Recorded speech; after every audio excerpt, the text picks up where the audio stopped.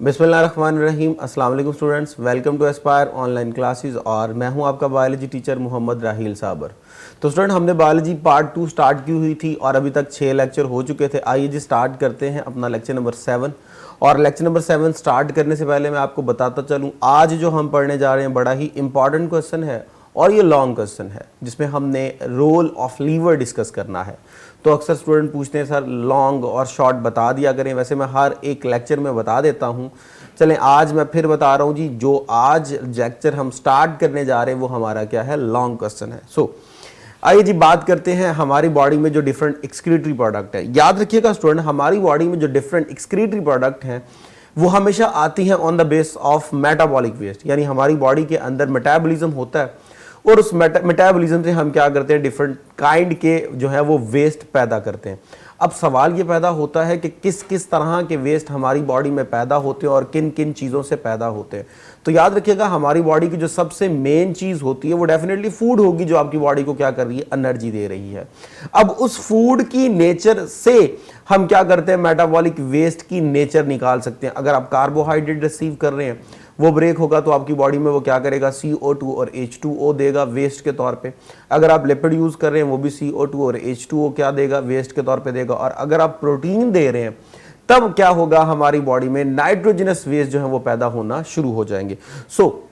जब भी हम वेस्ट प्रोडक्ट की नेचर फाइंड आउट करना चाहते हैं, हमें यह मालूम होना चाहिए कि हमारी फूड की नेचर क्या है, जिस बेस पे क्या किया जाएगा, हमारी बॉडी में वेस्ट बनाया जाएगा। हमारी जो लाइफ होती है वो सारी आज आके इन्हीं केमिकल्स पे डिपेंड कर रही होती है, इन्हीं लिविंग ऑर्गेनिज्म की फूड के ऊपर क्या कर रही होती है, डिपेंड कर रही होती है कि किस नेचर का हम फूड रिसीव कर रहे हैं और उससे किस नेचर की हमारे पास क्या बनेगी, वेस्ट बनेगी। और डेफिनेटली ये वेस्ट क्या होगी, हमारी एक्सक्रीटरी प्रोडक्ट होगी, मेटाबॉलिक वेस्ट होगी। आइए जरा देखते हैं कौन कौन से हमारी बॉडी में वेस्ट बनते हैं by the metabolism of different substances. Suppose हमारी बॉडी में अगर अमीनो एसिड है, अब वो कैसे आएगा, डेफिनेटली हमारी बॉडी में प्रोटीन है, प्रोटीन को आप डाइजेस्ट करेंगे, क्या बनेगा, अमीनो एसिड बनेगा। अमीनो एसिड को ब्रेक करेंगे, अमाइनो ग्रुप बनेगा। अमाइनो ग्रुप इसमें चेंज होता है अमोनिया में। अमोनिया बहुत ही ज़्यादा टॉक्सिक कंपाउंड है, फ़ौरन उसको रिलीज़ करना ज़रूरी है, लेकिन प्रॉब्लम यह है मैमल अमोनिया की फॉर्म में उसे रिलीज़ नहीं कर पाते। उसे कन्वर्ट करना पड़ता है इनटू यूरिया और यूरिक एसिड, तब फिर यूरिया साइकिल वगैरह चलती है। अमीनो एसिड को यूरिया में कन्वर्ट करने के लिए क्या चलती है, यूरिया साइकिल चलती है, जो हमारा लीवर परफॉर्म कर रहा होता है। हमारे पास यहाँ पे यूरिया हो गया वेस्ट जो बना अमीनो एसिड से, डेफिनेटली प्रोटीन से। अगर हम मसल्स की क्रिटिन को यूज़ कर रहे हैं, देखिए जी मसल्स के अंदर एनर्जी का सबसे बड़ा सोर्स आपके पास क्या होता है, ATP होता है। लेकिन इसके पैरेलल एक और एनर्जी का सोर्स होता है और वो हमारे पास क्या होता है, क्रिटिन फॉस्फेट। जब उसको ब्रेक किया जाता है तब जो वेस्ट आपके पास बनता है उसे हम क्या बोलते हैं, क्रिटिनिन बोलते हैं। इसके अलावा न्यूक्लिक एसिड वगैरह की जब मेटाबॉलिज्म होती है तब जो वेस्ट बनता है वो आपके पास क्या होता है, यूरिक एसिड। और हीमोग्लोबिन जब पुराना हो जाता है, ख़राब हो जाता है, लीवर उसकी रिसाइकलिंग करता है और उसको कन्वर्ट कर देता है एक वेस्ट प्रोडक्ट के अंदर, उस वेस्ट को हम क्या बोलते हैं, हीमोग्लोबिन बोलते हैं। अगर आपको याद होगा, आपने जो था वो फर्स्ट ईयर में पढ़ा होगा, जब हम डाइजेशन करते थे तो बाइल जूस आता था लीवर में। तो लीवर से जब वो बाइल जूस आता था तो आपने पढ़ा था उसके अंदर जो है वो बाइल पिगमेंट्स होते हैं और बाइल सॉल्ट्स होते हैं। तो स्टूडेंट, वो जो बाइल पिगमेंट है उनमें क्या होता है, बिलिरुबिन होता है, जो हीमोग्लोबिन की ब्रेकडाउन से बनता है। यानी जो ओल्ड रेड ब्लड सेल्स हैं उनके अंदर जो खराबी आ चुकी है, उन्हें रिसाइकिल करने के लिए उनको ब्रेक किया जाता है, उनके हीमोग्लोबिन को वेस्ट बना दिया जाता है और उनकी जो वेस्ट प्रोडक्ट होती है वो हमारे पास क्या होती है, बिलिरुबिन होती है, जिसको फिर क्या किया जाता है जी, फैकल मटेरियल से रिलीज कर दिया जाता है। ठीक है जी। आइए जरा हम देखते हैं मेटाबॉलिक वेस्ट हमारी बॉडी में कौन कौन से हैं और कौन कौन से ऑर्गन इनमें इन्वॉल्व हैं। अगर मैं बात करूं कार्बन डाइऑक्साइड की, ये वेस्ट है और कहाँ से पैदा हो रहा है, लंग्स निकाल रहा है, लेकिन बॉडी के सेल्स इनको क्या कर रहे थे, पैदा कर रहे थे। ब्लड जाता है, ऑक्सीजन देता है और वहाँ से CO2 ले आता है। जब CO2 लेके आता है तो आके लंग्स को दे दी जाती है। लंग्स क्या करते हैं, इनको बाहर एक्सपायरेशन से रिमूव कर देते हैं। अब CO2 जो है वो डेफिनेटली मेटाबॉलिज्म से बना है, तो ये मेटाबॉलिक वेस्ट होगा। इस सेंस में लंग्स हमारे पास क्या कर रहा है, एक्सक्रीशन कर रहा है। अदरवाइज वो एक्सक्रीटरी स्ट्रक्चर है नहीं, लेकिन इस सेंस में वो क्या कर रहा है, एक्सक्रीशन कर रहा है। नेक्स्ट देखिए जी, यूरिया और एक्सेस मिनरल्स वगैरह वो कौन रिलीज कर रहे हैं, हमारी किडनी वगैरह और स्किन वगैरह। अब स्किन कैसे करती है, स्किन करती है स्वेटिंग। उस स्वेटिंग में अब स्किन क्या करती है जी, पानी वगैरह रिलीज कर रही है। जब वो पानी रिलीज कर रही, उसी पानी के अंदर क्या होंगे, पसीने के अंदर क्या होंगे, डिजॉल्व सब्सटेंसेस होंगी, यूरिया वगैरह, यूरिक एसिड वगैरह होगा, यानी नाइट्रोजनस वेस्ट होंगे। अब वो जो नाइट्रोजनस वेस्ट है उनको रिमूव होना, वो तो एक्सक्रीशन कहलाता है। और स्किन साथ साथ क्या करी, पानी भी रिमूव करी, जो हमारी बॉडी में सरप्लस होगा, तो सरप्लस वाटर भी बॉडी से रिमूव हो रहा है। इस सेंस में ये भी क्या होगा, एक्सक्रीशन होगा। किडनी तो करती ही एक्सक्रीशन है, ये आपको मालूम है, यूरिन की फॉर्म में। एक्सेस वाटर किडनी से भी निकलता है, स्किन से भी निकलता है, लंग से भी निकलता है। किडनी से निकलता है in the form of urine, skin से निकलता है in the form of sweat, और लंग से निकलता है जो एक्सपायर एयर होती है। अक्सर आपने देखा होगा लोग जब अपने ग्लासेस वगैरह को साफ़ करते हैं तो हवा जो है वो मुंह से ब्लो करते हैं, तो वो ग्लास के ऊपर जो है वो क्या बन जाते हैं, वाटर के छोटे छोटे ड्रॉप्स आ जाते हैं। तो एक्सपायरेशन से क्या होता है, तब भी पानी बॉडी से निकल रहा होता है। इसके साथ साथ लीवर जो है वो फैकल मटेरियल के थ्रू क्या करता है जी, हीमोग्लोबिन की जो अभी पीछे आपने प्रोडक्ट बनी थी उसको भी क्या कर रहा है, रिलीज कर रहा है। तो इस सेंस में ये डिफरेंट ऑर्गन हमारी बॉडी में इन्वॉल्व हो गए हैं, जो डिफरेंट मेटाबॉलिक वेस्ट को क्या कर रहे हैं, रिलीज कर रहे हैं। उसमें पानी भी है, उसमें यूरिया भी है, अमोनिया भी है, यूरिक एसिड भी है, और साथ ही साथ कार्बन डाई वगैरह भी क्या है, शामिल हैं। तो आइए इनमें फर्स्ट रोल जो हम डिस्कस करने जा रहे हैं वो है जी स्किन का। स्किन क्या करती है जी, हमारी बॉडी में ये सॉल्ट वगैरह को रिमूव करती है with the help of water, और ये रिमूव होता है with the help of sweat gland. तो स्किन में स्वेट ग्लैंड होंगे, वो स्वेट पैदा करते हैं। पसीना जब निकलता है तो साथ ही साथ उसके अंदर डिसॉल्व करके कुछ नाइट्रोजनस वेस्ट भी क्या कर दिए जाते हैं, निकाल दिए जाते हैं। इस सेंस में ये कौन सा काम कर रहा है, एक्सक्रीशन वाला। लेकिन याद रखिएगा, ये जो सॉल्ट रिमूव हो रहे हैं ये पानी के अंदर डिसॉल्व होके हो रहे हैं, और ये जो पानी रिलीज किया जा रहा है इसे हम क्या बोल रहे हैं, इसे हम स्वेट बोल रहे हैं। तो पानी को रिमूव करना है स्वेटिंग के थ्रू, वो सिर्फ और सिर्फ इसलिए होता है ताकि बॉडी के अंदर क्या किया जाए, एक कूलिंग इफेक्ट जनरेट किया जाए। जब बहुत ज़्यादा गर्मी होती है तब आपको स्वेटिंग आती है, और स्वेटिंग का मेन पर्पस क्या होता है, ताकि बॉडी को क्या दिया जाए, कूलिंग इफेक्ट दिया जाए। तो इस तरह ये थर्मोरेगुलेशन में इन्वॉल्व है। नो डाउट यहाँ पे ये क्या कर रहा था, एक्सक्रीशन कर रहा था, नाइट्रोजनस वेस्ट निकाल रहा था, एक्सक्रीटरी प्रोडक्ट जो हैं वो पैदा होकर निकल रही हैं। लेकिन हम स्किन को एक्सक्रीटरी कभी भी कंसीडर नहीं कर सकते, क्योंकि इसका मेन पर्पस जो है वो थर्मोरेगुलेशन के लिए, यानी वो जो स्वेटिंग हो रही है वो इसलिए नहीं हो रही ताकि नाइट्रोजनस वेस्ट को बॉडी से रिमूव किए जाए, बल्कि वो इसलिए हो रही है ताकि क्या किया जाए, थर्मोरेगुलेशन किया जाए, बॉडी को एक कूलिंग इफेक्ट दिया जाए। इसी तरह हमारे पास स्किन में सीबम ऑयल ग्लैंड होते हैं। आपने अक्सर फील किया होगा कि यहाँ स्किन के ऊपर ऑयल जो है उसकी सिक्रीशन होती है, वो जो ऑयली सिक्रीशन है इसे सीबम कहते हैं, और उसको रिलीज करने वाला जो है उसे हम क्या बोलते हैं, सबइशियस ग्लैंड होता है। अब बेसिकली उसका मेन पर्पस क्या होता है, वो स्किन के ऊपर एक प्रोटेक्टिव लेयर डेवलप करती है जो माइक्रोब्स को क्या करती है, किल करती है। अब सीबम का काम जो है वो माइक्रो ऑर्गेनिज्म को किल करना है, इसमें किसी किस्म का कोई वेस्ट नहीं है। स्वेटिंग का काम बॉडी के लिए कूलिंग इफेक्ट करना, और उसमें कुछ डिसॉल्व होकर नाइट्रोजनस वेस्ट भी क्या हो रहे हैं, निकल रहे हैं। एक सेंस में देखा जाए तो ये एक्सक्रीशन कर रही है क्योंकि एक्सक्रीटरी प्रोडक्ट रिमूव कर रही है, लेकिन मेन पर्पस वो नहीं था। मेन पर्पस तो स्वेटिंग का क्या था, ताकि कूलिंग इफेक्ट दिया जाए। इसलिए स्किन को आप कभी भी एक्सक्रीटरी ऑर्गन कंसीडर नहीं कर सकते, हमेशा वो क्या होगा हमारी बॉडी में, वो एक होगा थर्मोरेगुलेटरी ऑर्गन। सो नेक्स्ट है जी हमारे पास रोल ऑफ लीवर। अब लीवर हमारी बॉडी में एक सेंट्रल स्टेशन है, बेशुमार फंक्शन परफॉर्म कर रहा है। मिसाल के तौर पे ये बॉडी में एक क्लियरिंग हाउस का काम कर रहा है। ये बॉडी के अंदर जो है वो किडनी को सपोर्ट कर रहा है by the formation of urea and uric acid, ताकि यूरिन की फॉर्म में उसको क्या किया जाए, रिमूव किया जाए। साथ ही साथ ये क्या कर रहा है, बहुत से टॉक्सिक केमिकल्स जो होते हैं बॉडी में उनकी डिटॉक्सिफिकेशन में इन्वॉल्व है। साथ ही साथ जो है अमोनिया, यूरिया, यूरिक एसिड पहले भी बताया, ये कौन बना रहा होता है, हमारी बॉडी में लीवर बना रहा होता है। अब ये सब कुछ कैसे हो रहा है, आइए जी ये देखिए जी यूरिया साइकिल। अब यूरिया साइकिल क्या करती है, हमारी बॉडी में जो अमीनो एसिड है उनकी ब्रेकडाउन से क्या बनता है, अमोनिया बनता है। अब ये देखिए अमोनिया और कार्बन डाई दोनों मिलकर क्या बनाते हैं जी, ऑर्निथीन के साथ मिलकर सिट्रोलीन बनाते हैं। अभी जो सिट्रोलीन है ये रिसीव करता है एक और जो है वो अमोनिया, और रिसीव करके क्या बनाता है, आर्जिनोसक्सीनेट। ये जो आर्जिनोसक्सीनेट है ये अपने आप को कन्वर्ट करते हैं एक नए कंपाउंड में, उसे हम क्या बोलते हैं, arginine. Each step will be catalysed by a specific enzyme. ये जो आर्जिनिन है इसके ऊपर एक एंजाइम आता है आर्जिनेज, और इस आर्जिनिन से यूरिया को सेपरेट कर देता है और दोबारा ऑर्निथीन क्या हो जाता है, रिकवर हो जाता है। इस प्रोसेस को हम यूरिया साइकिल कहते हैं, क्योंकि ऑर्निथीन से काम स्टार्ट हुआ था, इसे ऑर्निथीन साइकिल भी कहते हैं। इस तरह लीवर हमारी हेल्प कर रहा है for the formation of urea, जो कि लेस टॉक्सिक है, उसे बॉडी में स्टोर कर सकते हो आप for a long time period as compared to ammonia, और ये पानी में लेस सॉलेबल होता है, पानी भी आपको कम चाहिए इसको क्या करने के लिए, रिमूव करने के लिए। तो इसमें लीवर अच्छी खासी हमारी क्या कर रहा है, हेल्प कर रहा है। इसके अलावा रोल ऑफ लीवर में हमारे पास है जी सिंथेसिस।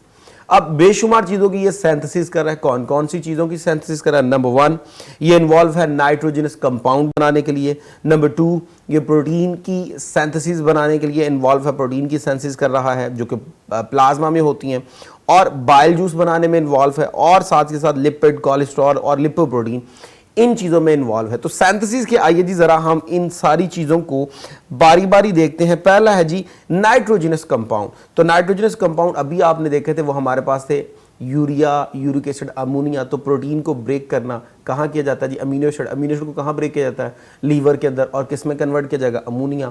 अमोनिया को यूरिया साइकिल से किस में कन्वर्ट किया जाएगा? यूरिया में। यूरिया को किस में कन्वर्ट किया जाएगा? यूरिक एसिड में। तो वहाँ पर जो है वो लीवर में इसको ब्रेक करना, यूरिया बनाना, यूरिक एसिड बनाना किसका काम है? डेफिनेटली लीवर का काम है। साथ ही साथ न्यूक्लिक एसिड वगैरह भी ब्रेक हो रहे हैं लीवर में, ताकि उनसे भी क्या किया जाए, वेस्ट बनाया जाए। और वो नाइट्रोजनस वेस्ट हमारे पास कौन से हैं? अमोनिया है, यूरिया है, यूरिक एसिड है, और ये बनाकर दे दी जाते किडनी को, ताकि किडनी क्या करे, इन्हें यूरिन की फॉर्म में रिलीज कर सके। क्या कर रहा है जी? ये सपोर्ट कर रहा है किडनी को, ताकि उसे आसानी से बॉडी से क्या कर दिया जाए, डिस्पोज कर दिया जाए, रिलीज कर दिया जाए। इसी तरह नेक्स्ट था हमारे पास प्लाज्मा प्रोटीन। तो आइए जी प्लाज्मा प्रोटीन में देखते हैं कौन कौन सी चीज़ें इन्वॉल्व हैं। नंबर 1, लीवर इन्वॉल्व है जी प्रोटीन बनाने में। अब वो प्रोटीन कौन कौन सी है? फिब्रिनोजिन। अब फिब्रिनोजिन आपने सुना था, ये आपकी ब्लड क्लॉटिंग कर रहा है। जब कभी कट लगता है, ब्लड निकलना शुरू हो जाता है, तो उसको जो है वो क्लॉट करना कौन इन्वॉल्व है जी? फिब्रिनोजिन इन्वॉल्व है। Next prothrombin. अब प्रोथ्रोम्बिन क्या होता है जी? Act as a catalyst in blood clotting. तो ब्लड क्लॉटिंग करने वाला काम फिब्रिनोजिन का, उस ब्लड की जो है वो आगे फर्दर क्या करना, कैटलिस्ट करना, यानी इस प्रोसेस को थोड़ा तेज करना, ये काम किसका है जी? प्रोथ्रोम्बिन का। और जो तीसरी यहाँ पे प्रोटीन बनती है वो कौन सी होती है? एल्ब्यूमिन। और एल्ब्यूमिन क्या करती है जी? Maintain the osmotic balance of the blood, यानी ब्लड के अंदर वाटर और मिनरल्स के लेवल को ये क्या कर रही होती है? मेंटेन कर रही होती है। तो ये 3 प्रोटीन्स बनती हैं जो कि प्लाज्मा में होती हैं, और उनके अंदर जो है वो रोल उन तीनों प्रोटीन्स का जो है वो भी आपके सामने है। लेकिन ये बना कौन रहा है? लीवर। तो ये भी सिंथेसिस के अंदर चला गया। नेक्स्ट है जी बाइल जूस। तो मैंने पहले बताया था लीवर क्या बनाता है जी? बाइल जूस बनाता है। और बाइल जूस में बाइल पिगमेंट्स थे और बाइल सॉल्ट्स थे। सॉल्ट जो है उनका काम इमल्सिफिकेशन करना, और जो बाइल पिगमेंट है वो तो ब्लू रिबन की, वो जो ब्लू रिबन होता है जो कि हीमोग्लोबिन की ब्रेक डाउन से बनता है, और वो फैकल मटेरियल से ही क्या कर दिए जाते हैं? रिलीज कर दिए जाते हैं। सो बाइल जूस का पहला बेनिफिट इमल्सिफिकेशन करना, और दूसरा बेनिफिट हीमोग्लोबिन से जो वेस्ट बना था उसे क्या करना? बिलिरुबिन की फॉर्म में रिलीज करना। सो प्रोड्यूस बाय द लीवर। और इसमें क्या होगा? बाइल पिगमेंट्स होंगे और बाइल साल्ट्स होंगे। और बॉडी के लिए इसका हेमोस्टेटिक फंक्शन क्या है कि ये इमल्सिफिकेशन करता है फैट की, ताकि वो जो फैट के ग्लोब्यूल्स हैं उनको तोड़ा जाए, छोटे छोटे सब्सटेंस में ब्रेक किया जाए, ताकि एंजाइम आसानी के साथ उस पर क्या कर सके? एक्ट कर सके। याद रखिएगा मैंने यहाँ पे इमल्सिफिकेशन का वर्ड बोला, मैंने डाइजेशन का वर्ड नहीं बोला। डाइजेशन नहीं करेगा, सिंपल में कन्वर्ट नहीं करेगा, यानी फैटी एसिड और ग्लिसरॉल नहीं बनाएगा, सिर्फ फैट के बड़े बड़े ग्लोब्यूल्स को छोटे फैट के जो है वो क्या करेगा? कंपाउंड्स में चेंज करेगा, ना कि सिंपल सब यूनिट में तोड़ेगा। ये काम ये नहीं करता। साथ जी लिपिड, कोलेस्ट्रॉल और लिपोप्रोटीन्स की फॉर्मेशन करना, और ये हमारे क्या करते हैं जी? ब्लड की कॉम्पोजिशन को क्या कर रहे होते हैं? मेंटेन कर रहे होते हैं, उसकी केमिकल कॉम्पोजिशन को। नेक्स्ट जी हमारे पास है स्टोरेज का रोल। तो आइए जी स्टोरेज के अंदर ये क्या क्या चीजें स्टोर कर रहा है? नंबर 1, आयरन स्टोर करता है। अब आयरन का क्या बेनिफिट है? स्टूडेंट, ये जो आयरन स्टोर किया जाता है इससे बनाया जाता है जी हीमोग्लोबिन। हीमोग्लोबिन बनाया जाता है। और ये हीमोग्लोबिन क्या करता है, बॉडी के अंदर ऑक्सीजन वगैरह को रिसीव करके तमाम पार्ट्स को देना और वहाँ से कार्बन डाई को लेके आना, ये काम किसका होता है, हीमोग्लोबिन का होता है। और हीमोग्लोबिन जो है वो किस पे डिपेंड कर रहा है, हेम के ऊपर, जिसमें आयरन जो है वो इन्वॉल्व होता है। तो लीवर का सबसे बड़ा काम ये आयरन को स्टोर करता है ताकि हीमोग्लोबिन की फॉर्मेशन की जाए, ताकि प्रॉपर तरीके से बॉडी को क्या किया जाए, ऑक्सीजनेट किया जाए। ग्लाइकोजन को स्टोर करता है। अब ग्लाइकोजन क्या होता है, देखिए जी, प्लांट से आपने जब भी फूड लेना है वो स्टार्च की फॉर्म में होता है। अब स्टार्च को प्लांट ब्रेक करता है, बॉडी ब्रेक करती है स्टार्च को, और ब्रेक करके उससे क्या बनाती है, ग्लूकोज बनाती है। जितना आपकी बॉडी को चाहिए उतना यूज कर लिया जाता है, जबकि जो सरप्लस ग्लूकोज होता है वो बॉडी में स्टोर कर लिया जाता है in the form of glycogen, और वो हमारे मसल्स के अंदर, हमारे लीवर के अंदर स्टोर हो जाता है। और स्टोर होकर ज़रूरत के वक्त, जब ज़रूरत होती है, ग्लाइकोजन ब्रेक होता है और आपकी बॉडी को क्या करता है, ग्लूकोज देता है, ताकि आप उससे क्या कर सके, एनर्जी ले सके। सो ग्लाइकोजन में क्या होगा, सरप्लस जो ग्लूकोज है वो कन्वर्ट कर दी जाएगी ग्लाइकोजन में, और वो जो ग्लाइकोजन है ये आपकी बॉडी में स्टोर कर दी जाएगी, और स्टोर होकर ये जब जरूरत पड़ेगी आपको एनर्जी के तौर पे, एनर्जी रिजर्व के तौर पे क्या होगी, पेश कर दी जाएगी। सो बॉडी के लिए फंक्शन क्या है जी, एनर्जी रिजर्व क्या है, यानी कि इसे वेस्ट नहीं किया जाएगा, एक्स्ट्रा ग्लूकोज बॉडी से वेस्ट के तौर पे निकाल नहीं जाएगी, बल्कि उसे बॉडी में स्टोर कर लिया जाएगा। नेक्स्ट है जी कन्वर्जन का। अब कन्वर्जन में नंबर 1 जो एक्सेस ग्लूकोज है, अभी वाला काम जो स्टोरेज वाला काम है, वही वाला काम कन्वर्जन में भी, कि जो सरप्लस ग्लूकोज है ये उसको कन्वर्ट कर रहा है इनटू ग्लाइकोजन। अब ग्लाइकोजन कहाँ स्टोर हो जाएगी, मसल्स के अंदर और लीवर के अंदर।